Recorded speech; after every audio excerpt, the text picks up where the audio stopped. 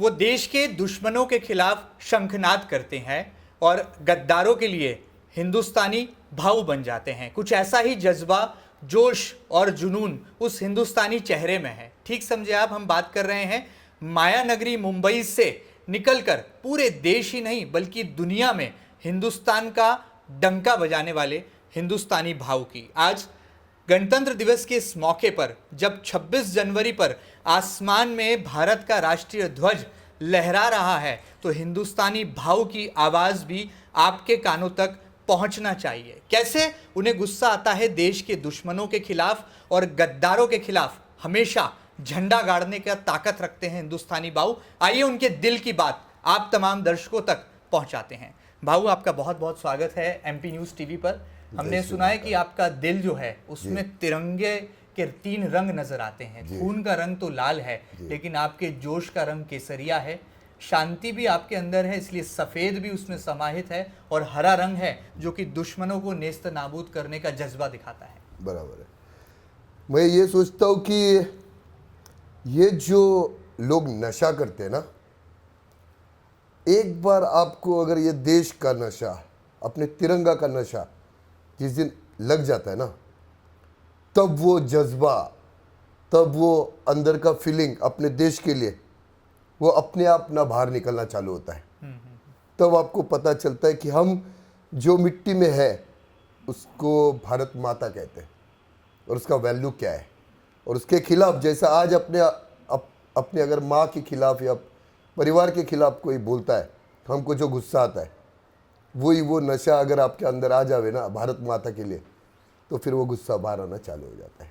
वही गुस्सा जो हर किसी ने अपने दिल में दबा के रखा है ना, वो बाहर निकालेगा तो फिर वो हर कोई हिंदुस्तानी वो होएगा। फिर विकास पाठक एक क्राइम रिपोर्टर से आज पूरे हिंदुस्तान के दिलों पर राज करते हैं।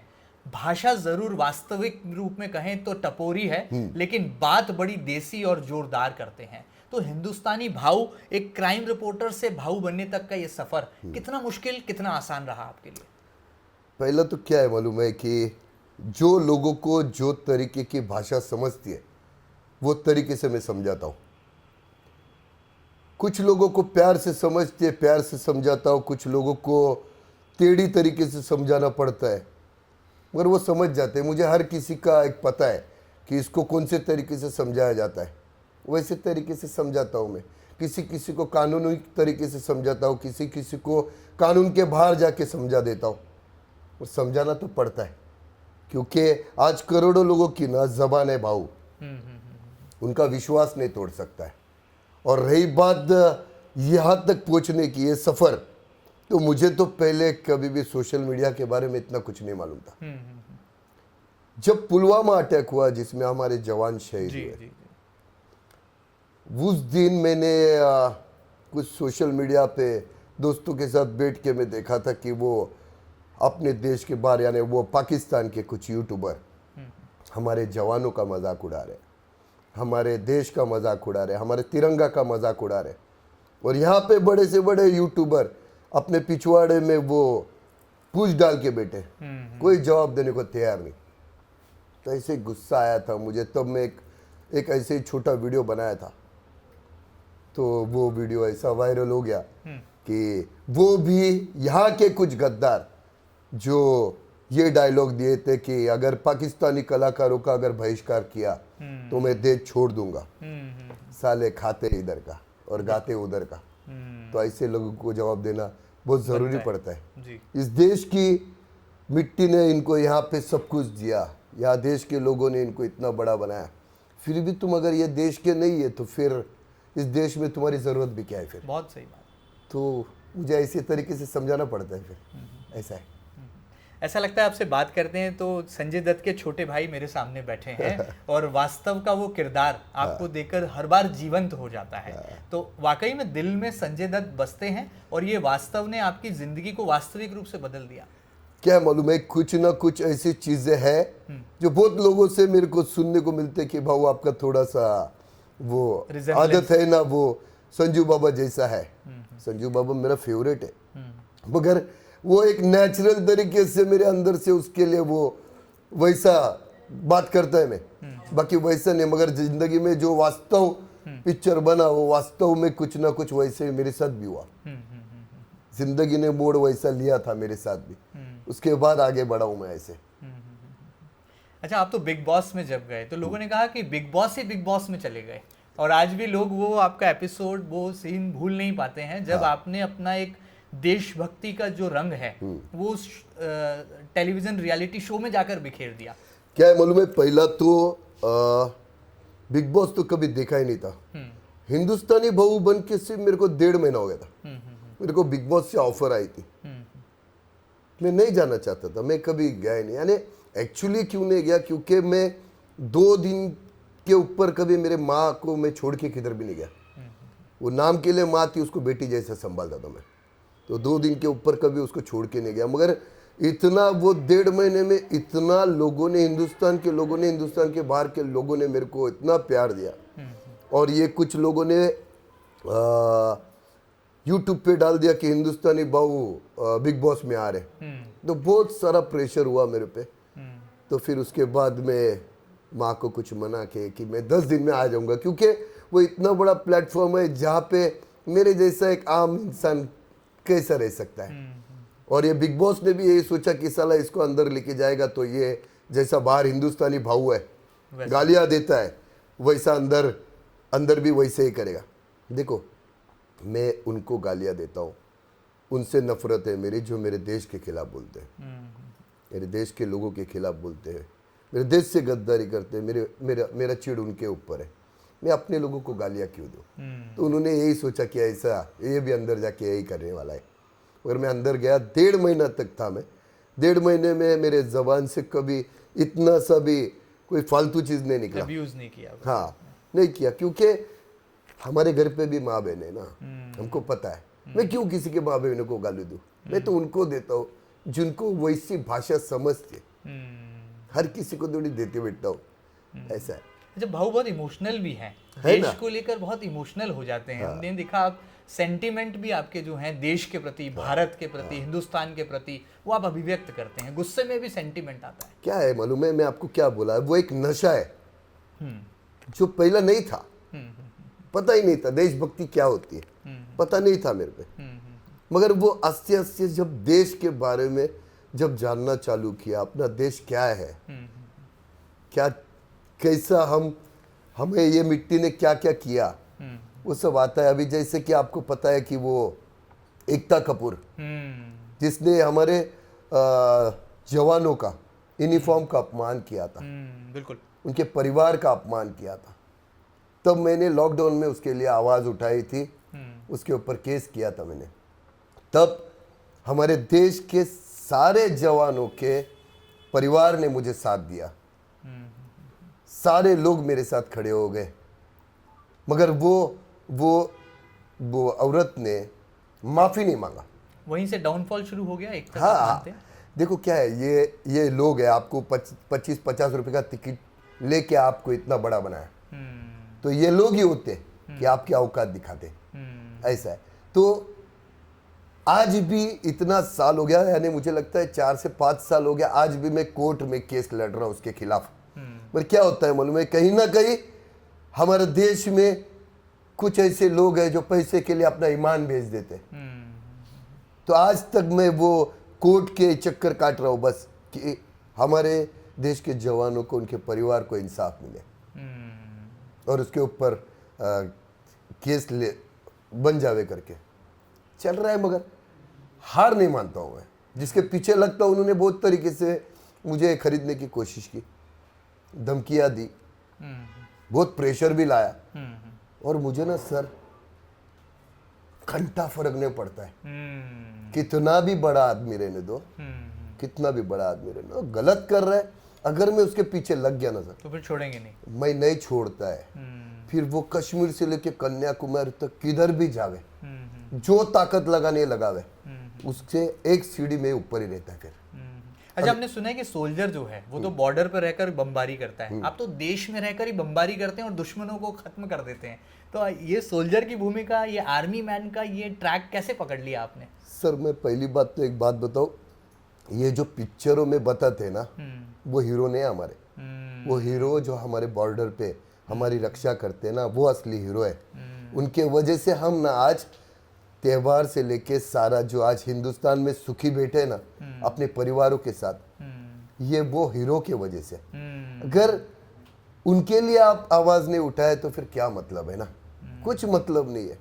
वो है तो हम लोग हैं। तो आज मैं कहीं भी जाता हूँ ना, तो फिर वो बीएसएफ हो, नेवी हो, कहीं भी मैं जाता हूँ तो एक मुझे प्राउड फील होता है। उन लोग मेरे को देख के ना, सब लोग आके मेरे गले मिलते हैं, गले मिलते हैं ये, और थैंक यू बोलते हैं कि बहुत अच्छा लगता है, हम वहाँ पे लड़ते हैं और आप हमारे लिए यहाँ पे लड़े। तो एक अच्छा लगता है, जज्बा आता है।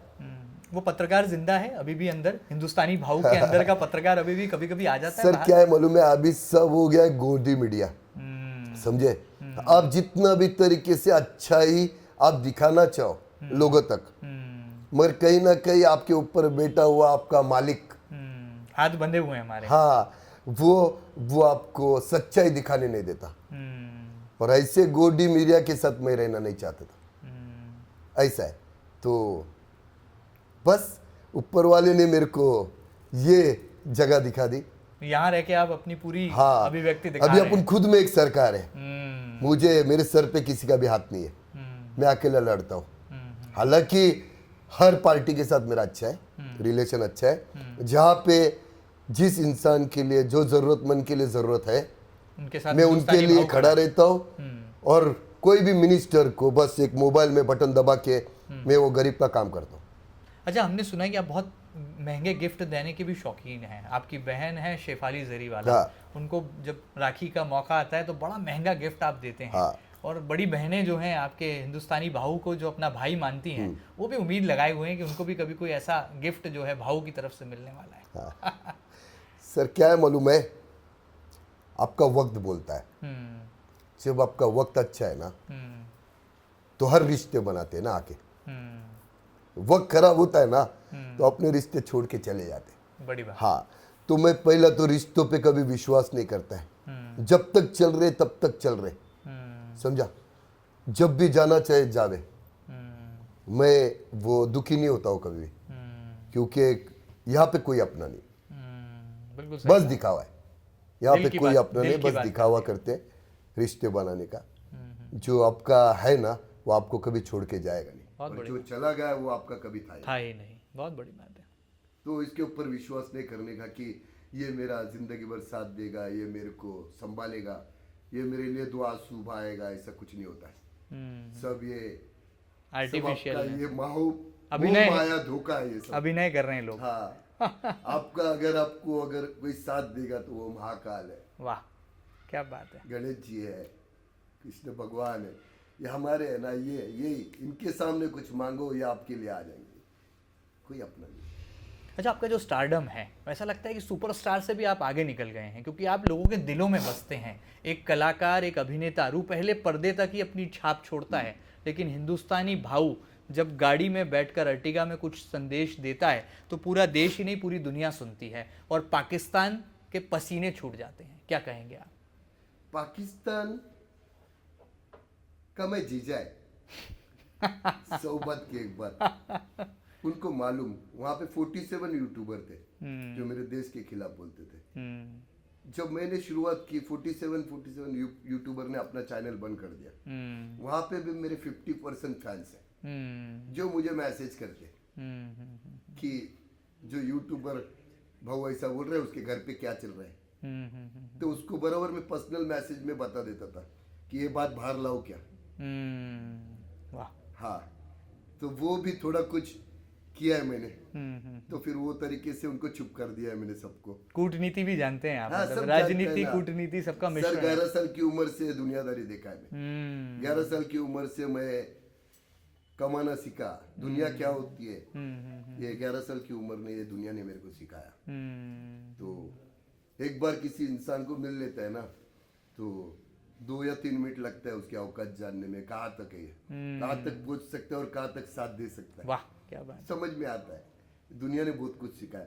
और रही लोगों की बात, तो वही तो मेरी दुनिया, वही मेरी दौलत है, वही आपकी उनकी वजह ताकत से है। मैं, मेरे वजह से उन लोग नहीं है ना। बहुत बड़ी बात है। और आज उन लोग भरोसा करते हैं मेरे पे कि ये कुछ बोलेगा तो फिर बोलेगा ना, किसी के दबाव में आके भाव चुप नहीं होएगा, वाह। ऐसा है। कोई पॉलिटिकल और प्रेशर वेशर की परवाह नहीं करते नहीं, हिंदुस्तानी नहीं, भाव, घंटा नहीं सर, डरते नहीं। ऐसा कोई पैदा ही नहीं हो गया, पैदा ही नहीं हो गया।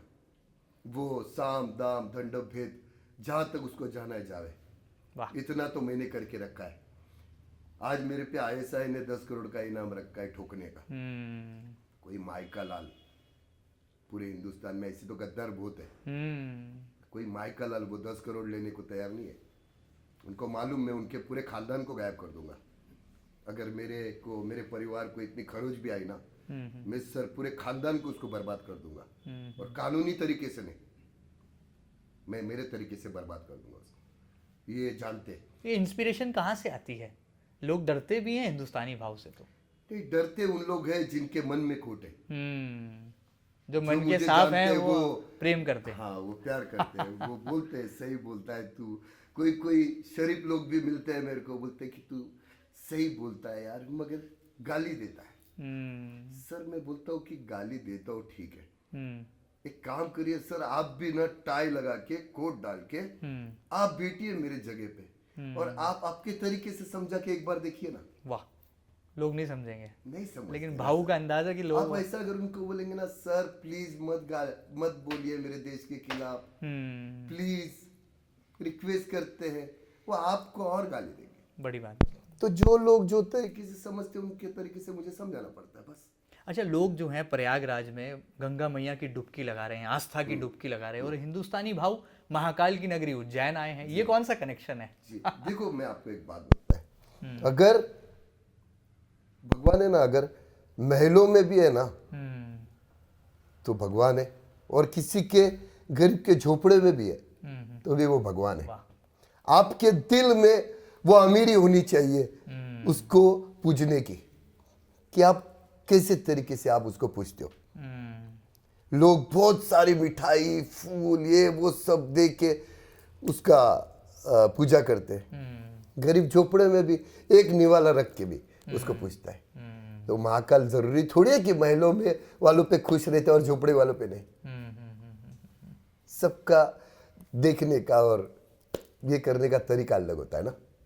अच्छा, प्रधानमंत्री नरेंद्र मोदी हैं, वो भी देशभक्त हैं। वो कहते हैं कि मैं देश के लिए जीता हूँ, देश के लिए मरता हूँ, और देश के लिए मेरी हर एक सांस है।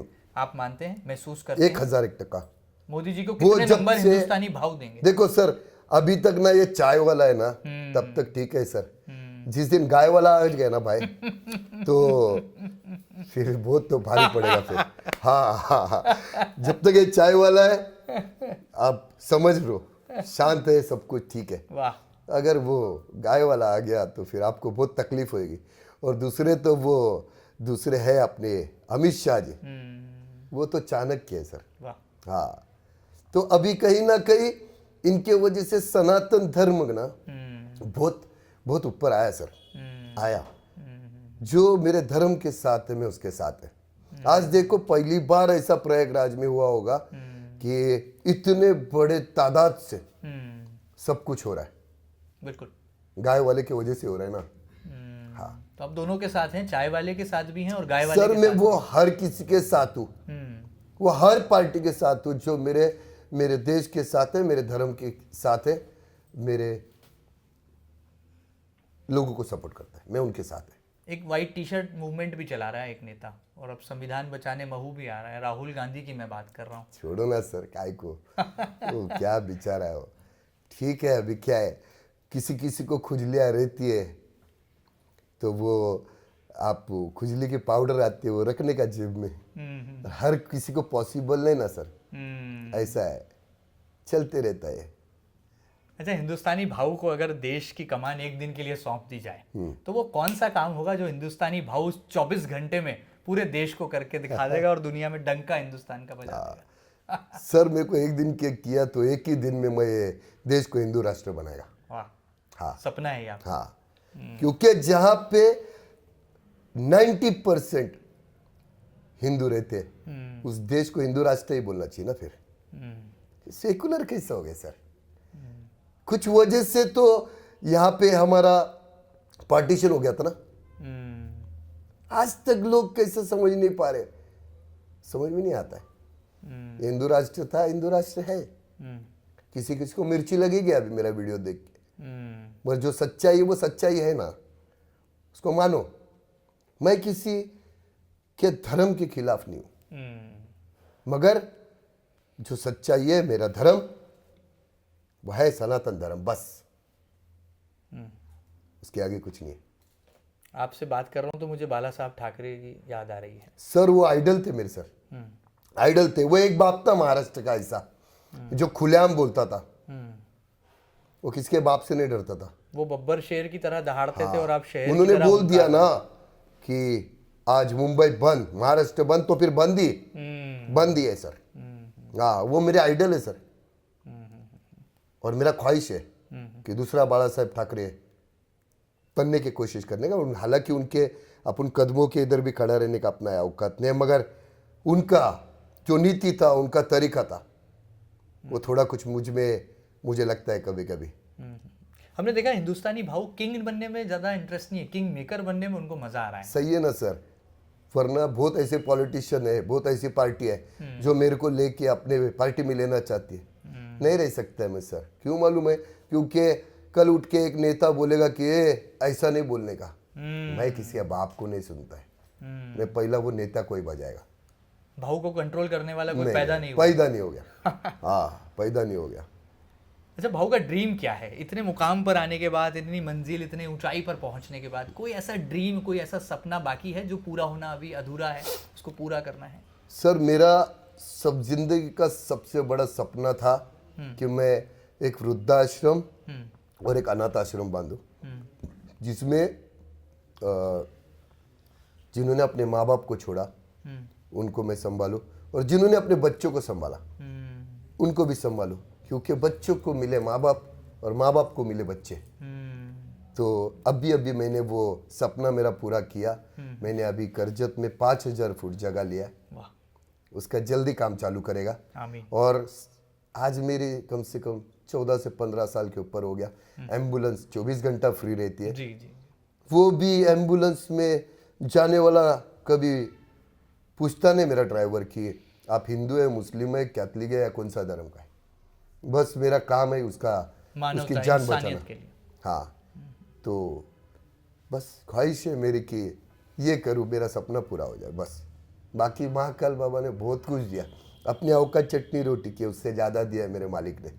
छोटे भाऊ कैसे हैं? आदित्य, जिनका टैटू आपके हाथ पर हम देखते हैं, वो कैसे हैं? वो आपके लाडला नक्शे है। कदम पर चल रहे हैं? नहीं, पूरा अपोजिट है मेरे घर पे। ओके। मेरा वाइफ भी कभी गाली नहीं आता है, उसको मालूम नहीं गाली। मेरा बेटा भी नहीं गाली देता है। हाँ, मगर उसको ये देश का नशा क्या होता है वो सिखाया मैंने। मेरे धर्म का नशा क्या होता है मैंने सिखाया। मैंने उसको इतना तक बोला, जब अपने धर्म तक बात आई या अपने देश तक बात आई, अगर किसी को मारना पड़े तो मार देना, केस तेरा बाप लड़ेगा। निडर बना रहे हैं आप। हाँ, देश का रक्षक। केस तेरा बाप लड़ेगा। आज भी उसको बोला है कि पुलिस वाला या कोई आर्मी वाला देखे, अगर रास्ते में मिले तो उसको थैंक यू बोलना, वाह, सैल्यूट करना उसको। करता है मेरा बेटा। संस्कार आप ऐसे देशभक्ति के उनमें रोक रहे हैं। जरूरी है सर, अपने घर से शुरुआत करो, फिर दुनिया को शिक्षा दो। वाह। इंदौर में एक युवा है रवि चौधरी, ऐसा लगता है कि आपका छोटा भाई है मेरा कहीं छोटा। बिछड़ गया था और अब मिल रहा है इंदौर में, लोगों को नजर आ रहा है, सेवा कर रहा है लोगों की। नहीं, कैसा मन में फीलिंग आती है? बहुत अच्छा लड़का है, बहुत अच्छा लड़का है। अब मेरा छोटा भाई है। बहुत अच्छा लगता है मेरे को जब वो छात्रों की, स्टूडेंट्स की मदद करता है, लोगों की मदद करता है, हमारे देश और धर्म के लिए आगे आता है, तो अच्छा लगता है। इसलिए उसको भी मेरा पूरा सपोर्ट रहता है। आशीर्वाद है छोटे भाई का? हाँ, पूरा आशीर्वाद है, बिंदास। और भाऊ ने जिसको अपना बोला, फिर तो फिर किसी के दम नहीं है। हाँ, फिर हाँ। तो इंदौर में भी एक मिनी भाव तैयार कर दिया आपने, इंदौरी भाव। नहीं सर, ऐसे ये तो क्या आप सबको पता है कि वो मेरा भाई है इसके लिए, वरना ऐसे हिंदुस्तानी भाव ना देश में बहुत पैदा हो गए मेरे को देख के, वाह, जो अभी आवाज उठाना सीख गए। गर्व होता है, कॉलर ऊंची होती है। हाँ, होता है ना, क्यों नहीं होता है?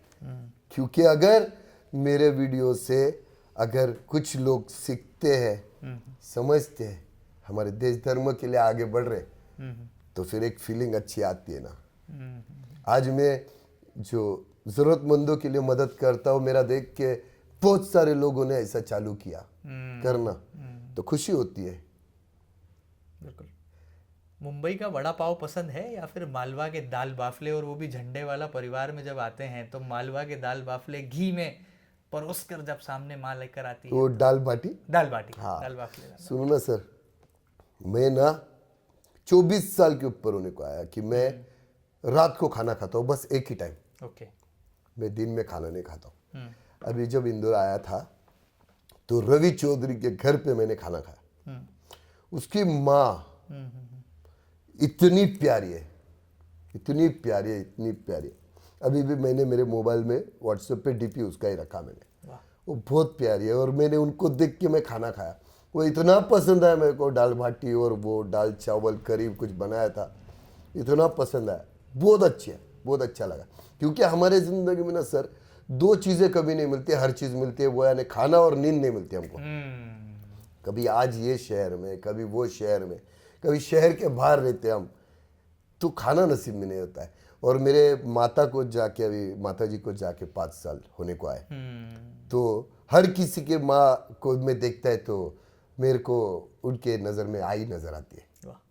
तो इसके लिए फिर मैं थोड़ा सा भावुक हो जाता हूँ और फिर अच्छा लगता है। भले भले भूख नहीं लगे मगर उसके हाथ का एक निवाला तो खा लेता हूँ, ऐसा है। आई की याद आती है तो भारत माता भी आपकी माँ है। हाँ। तो माँ के लिए जीना और माँ के लिए मरना, बस, सही जो है। करना माँ के लिए करना, ये आपके जीवन का ध्येय है, संकल्प, ऐसा कहा जा सकता है। सर क्या है मालूम है, अभी तो कफन 5 साल पहले लगा के उतरा हूँ, तो अभी वो एक डर ना दिल से निकल गया है, समझा। जो होएगा वो होएगा, समझा। तो कुछ करना है ना सर, तो फिर इतना नहीं सोचने का किसके बारे में कि यार मैं बोलूँगा तो कल क्या होगा, क्या नहीं होएगा, नहीं सोचने का सर। कि आज करोड़ों लोगों क्या माता बहनों का आशीर्वाद भी है, तो गलत है तो फिर वो गलत, देखो कर्मा लौट के आता है सर। बिल्कुल आता है। आप गलत करेंगे तो गलत वो घूम के घूमता आएगा। हुआ आएगा। अच्छा करेंगे तो किधर ना किधर से वो आशीर्वाद, आपके बुराई आई होगी तो वो आपको प्रोटेक्ट करेगा। तो इतना नहीं सोचने का सर। डर उसको लगता है जो गलत करता है ना। अच्छा, ये मुंबई मायानगरी में हो क्या रहा है? सेफ नहीं है, सैफ अली खान पर हमला होता है, सैफ ही सेफ नहीं रह पाता। छोड़ो ना सर, ये साले सबके सब नौटंकी बाज है सर, समझे सर। टीआरपी के लिए सब हाँ, करते हैं। साले नौटंकी बाज लोग हैं, साले फिल्म स्टार है ना जितने भी, सारे नौटंकी बाज है, समझा। तो इनकी बात हाँ, करना, टाइम वेस्ट करना है। आप देखो ना सर, अभी ये इनके ऊपर लोग आंसू बहा रहे, ये हरामखोर लोगों ने हमारे देवी देवताओं का कितना मजाक उड़ाया है फिल्मों में। हाँ, यही थे ना साले। ये सैफ अली खान ही था ना, अभी कौन सा पिक्चर बना था उसमें, इसमें ये रावण क्या कुछ बना था। वो शर्म नहीं आती इन लोग को। मैंने क्या बोला सर, कर्मा है सर। करेक्ट। हाँ, लौट के आता है वो। लौट के आता है। वो तो गलती से उसके पीठ पे मारा, उसने उसके पिछवाड़े में डाल देना चाहिए था। हाँ, तो ये कर्मा लौट के आता है, कुछ फर्क नहीं पड़ता है सर। ये नौटंकी लोग है, समझा। अब ये एक अपना सनातनी पूरे इंडस्ट्री पे भारी पड़ा है, समझा ना। हाँ, मेरा फुल सपोर्ट है उसको। हाँ, लोग उसको गैंगस्टर बोलते हैं, ठीक है ना, मगर आज वो गैंगस्टर ना करोड़ों करोड़ों युवाओं का ना आइडल बन चुका है। उसमें मैं भी उसका एक फैन है, लॉरेंस बिश्नोई। लॉरेंस बिश्नोई। क्या बात है। हाँ, क्या अपन बात फैन है सर हिंदुस्तानी उसका, भाव की। क्योंकि उसने वो आने के बाद आज अच्छे से अच्छे ना साले जो देश के खिलाफ थे ना, वो चुपचाप बैठे।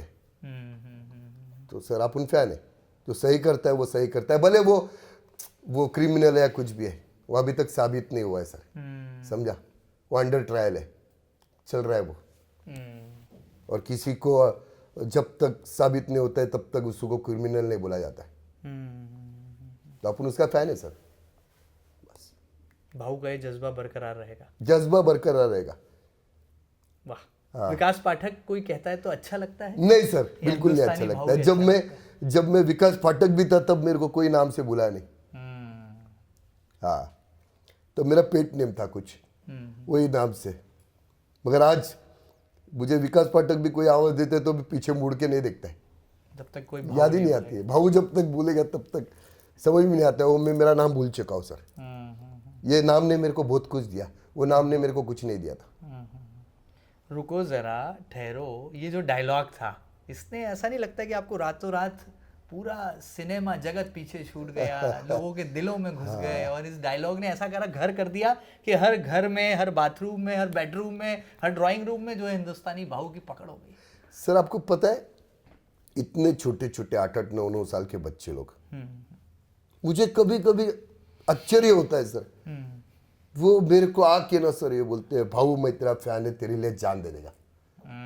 मेरे को मैं बोलता हूँ क्या रे, क्या देखा तू, क्या तेरा वीडियो देखता है ना भाऊ, हाँ तो बोल अपन लेंगे टपाटप।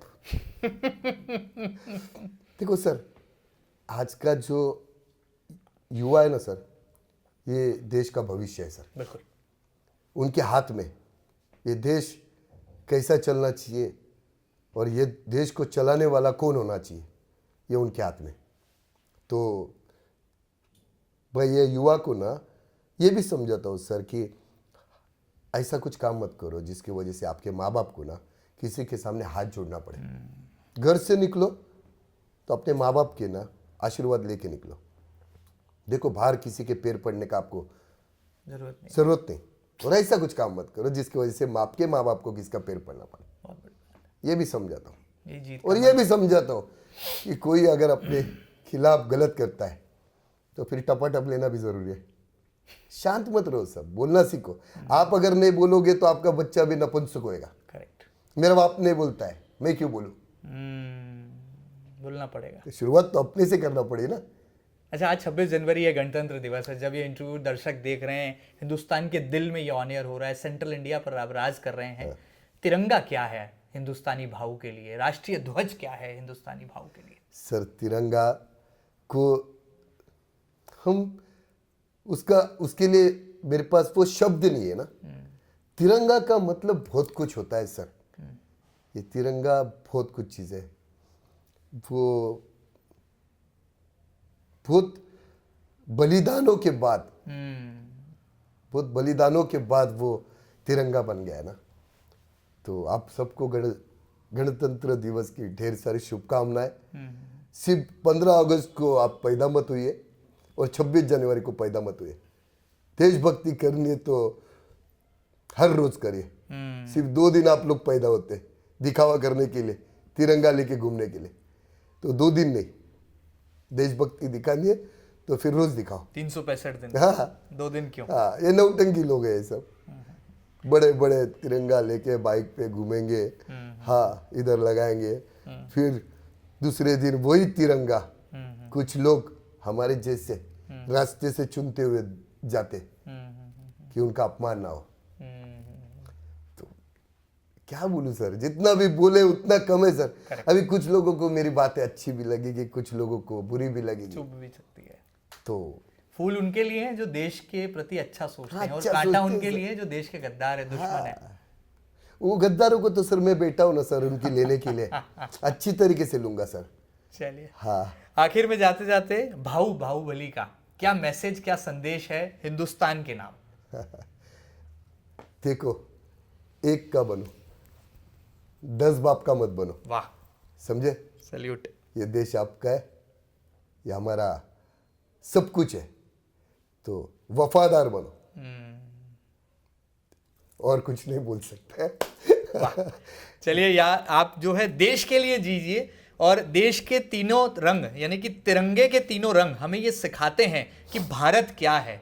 अनेकता में एकता और अखंडता का पाठ पढ़ाने वाला हमारा हिंदुस्तान देश जब हिंदुस्तानी भाव की तरह बुलंद होता है तो कहा जा सकता है कि सोने की चिड़िया वाला हिंदुस्तान एक दिन विश्व गुरु भी बनेगा, और हिंदू राष्ट्र का सपना देखने वाले हिंदुस्तानी भाव का ये सपना भी जल्दी ही साकार होगा।